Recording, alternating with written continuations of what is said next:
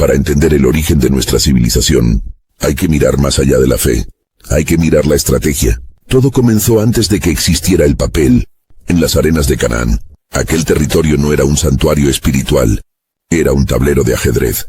Un punto de choque entre pueblos, rutas y ambiciones. Allí no se disputaban solo dioses. Se disputaba el poder, la supervivencia y el control del territorio. Lo que hoy llamamos religión, en aquel entonces era una herramienta de cohesión. Una forma de ordenar tribus, justificar alianzas y evitar que el conflicto interno lo devorara todo. Desde ese punto, la fe dejó de ser solo creencia y comenzó a funcionar como estructura, como mando. Él y el eloísmo, el orden del norte. En el norte de Canaán dominaba una idea distinta del poder. Allí no reinaba la urgencia del desierto, sino la estabilidad del asentamiento. Su centro era él, el dios soberano de las antiguas tradiciones cananeas. No era un dios de gritos ni de tormentas. Era un dios de orden. Él presidía un consejo, un sistema jerárquico donde cada deidad tenía un lugar, y cada decisión respondía a una estructura. Era el padre de los dioses, el garante de la justicia, la continuidad y la ley. Este modelo no estaba pensado para la guerra constante, sino para administrar ciudades, pactos y generaciones. Él no imponía por el miedo, imponía por autoridad. Por eso Canaán prosperaba, porque antes que la fe, había orden, Yamachebe, y el dios del desierto. En el sur la realidad era distinta. Allí no había ciudades sólidas ni consejos estables. Había desierto. Edom y Madián no necesitaban un dios de palacio. Necesitaban un dios que caminara con ellos, que marchara, que peleara, que sobreviviera. Así emerge YHWH, no como creador del orden, sino como dios de la tormenta, del fuego y del combate. YHWH no gobierna desde un trono, gobierna desde el movimiento, desde la urgencia, desde la necesidad. Es un dios que protege tribus, que castiga enemigos, y que responde cuando el peligro es inmediato. No es un dios menor por debilidad. Es un dios especializado. En un mundo hostil, no se necesita estabilidad, se necesita fuerza. La decisión política, la fusión. Llegó un momento en que la división dejó de ser sostenible. El norte tenía orden, pero carecía de respuesta inmediata. El sur tenía fuerza, pero no tenía estabilidad. Los líderes entendieron algo esencial. No podían construir un reino con dos mandos rivales. La solución no fue espiritual, fue política. Se tomó una decisión de Estado. Unificar el mando bajo un solo nombre, una sola identidad, una sola narrativa. Él aportó la legitimidad ancestral, y YHWH aportó la fuerza del desierto. No fue una revelación, fue una integración. Así comenzó la fusión, no de pueblos únicamente, sino de dioses. La Torá y el Tanaj, los documentos del Estado.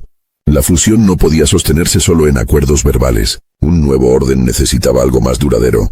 Necesitaba texto. Así nacen la Torá y el Tanaj, no como libros espirituales aislados, sino como documentos fundacionales.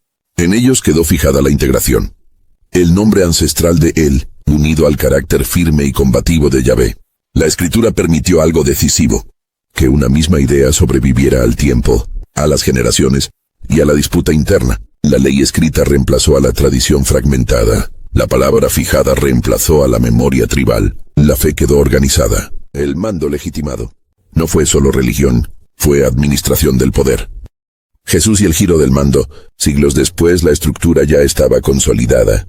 Un solo Dios, una sola ley, un solo mando. Pero el modelo tenía un límite. Gobernaba por obediencia, no por convicción. Ahí aparece Jesús. Jesús no propone un Dios nuevo. Propone otra forma de ejercer la autoridad. Recupera la figura del Padre, no como juez tribal, sino como referencia moral. El poder deja de imponerse por la fuerza y empieza a sostenerse por el ejemplo. No elimina la estructura, la redefine. El mando ya no se legitima por el castigo, sino por la adhesión interior. Ese cambio silencioso ético es lo que permite que el mensaje cruce fronteras y se extienda más allá de un solo Mahoma y la centralización absoluta. Siglos después el mundo árabe vivía su propio desorden. Tribus dispersas, dioses múltiples, lealtades fragmentadas. En ese contexto aparece Mahoma. El Islam no surge para dividir, sino para ordenar. La propuesta fue radicalmente simple. Un solo Dios, una sola ley, una sola comunidad. Se eliminan intermediarios, se rechazan jerarquías divinas, se concentra el mando, Lingüísticamente, el Islam retoma la raíz más antigua, Il, la misma que atravesó Canaán siglos antes, y la consolida en un solo nombre, Alá. No es un Dios nuevo, es la centralización total del concepto. La estructura se cierra, el mando queda absoluto. El hilo que nunca se rompió, de las tablillas de barro, a los pergaminos, de los pergaminos, a los libros sagrados.